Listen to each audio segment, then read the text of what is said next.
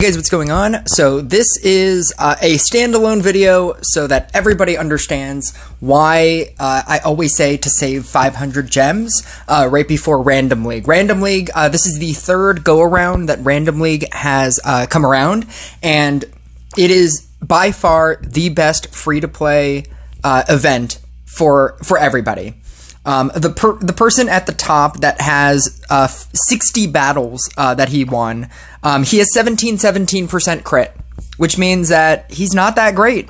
But in this mode, he can be great, and he has won 60 battles, which basically equates to literally anybody, no matter what their actual account is, can be good at this mode.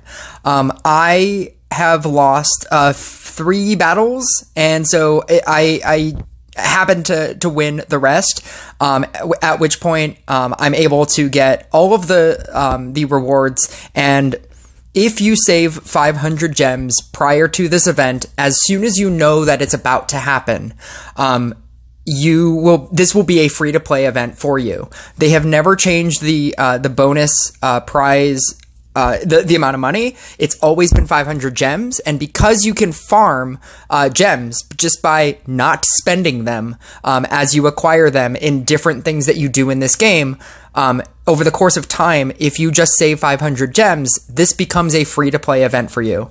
And so I just finished it. I got 30,000 gold, which I don't necessarily care about. I got the Random League chest here, which is 100 to 1,000 magic dust. The chest here is 100 to 1,000.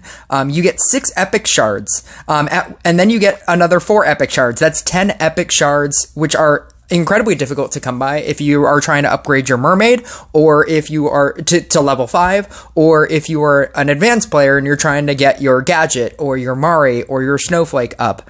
That's also huge. 200, even just random fragments. You need so many fragments in this game.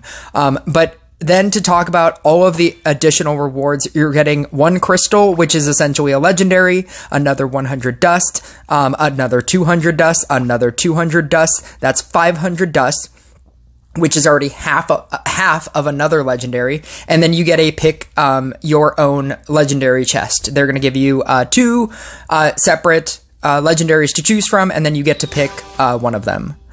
So I'm going to open this. This doesn't matter. And it's highly possible that, because all I need right now are crystals, it's highly possible that the legendary that I pick is just going to be a duplicate. But I guess we'll see. Yeah, both of these, I already have, maxed out. So it doesn't actually matter which one I pick. I'm just going to take the scrapper.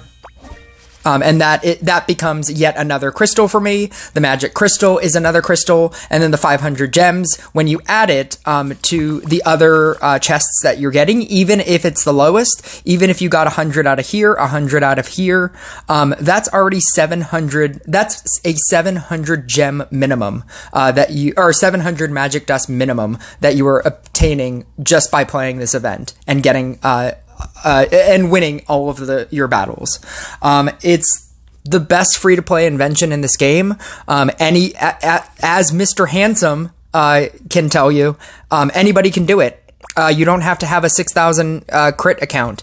The best thing that you can do if you are trying to figure out how to play this mode, what decks to build, how to build them, how to play them, even more importantly, how to play them, Rush Royale TV, there is a new tournament button, and it doesn't work right now. But if you go to the Rush Royale TV live battles, this one will have all of the a list of everybody's actual battles. There's battle replays.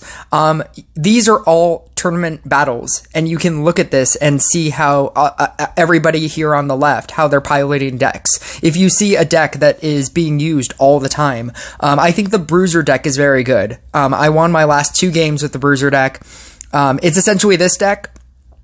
This deck on the left, I was running it with Knight Statue instead of Summoner, but that is a different variation. This is an Awakening Rage variant. This is a demonologist variant. You're going to want to look at the numbers. So this is a 35 million damage win. You're going to want to look at higher numbers, something in like the 100 to 200 million kind of range, to see like really, really strong decks.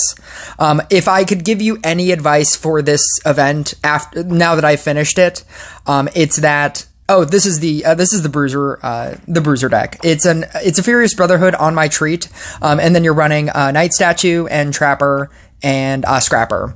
The best advice that I can give you after playing this season is that you have to run slow. Most of my games came down to both of us getting bedlammed or both of us just getting completely screwed over by bosses. And in the decks that I chose to run, namely Monk, in the decks that I chose to run that did not have a slow, I tended to lose. Both of us were going to lose, and I lost quicker.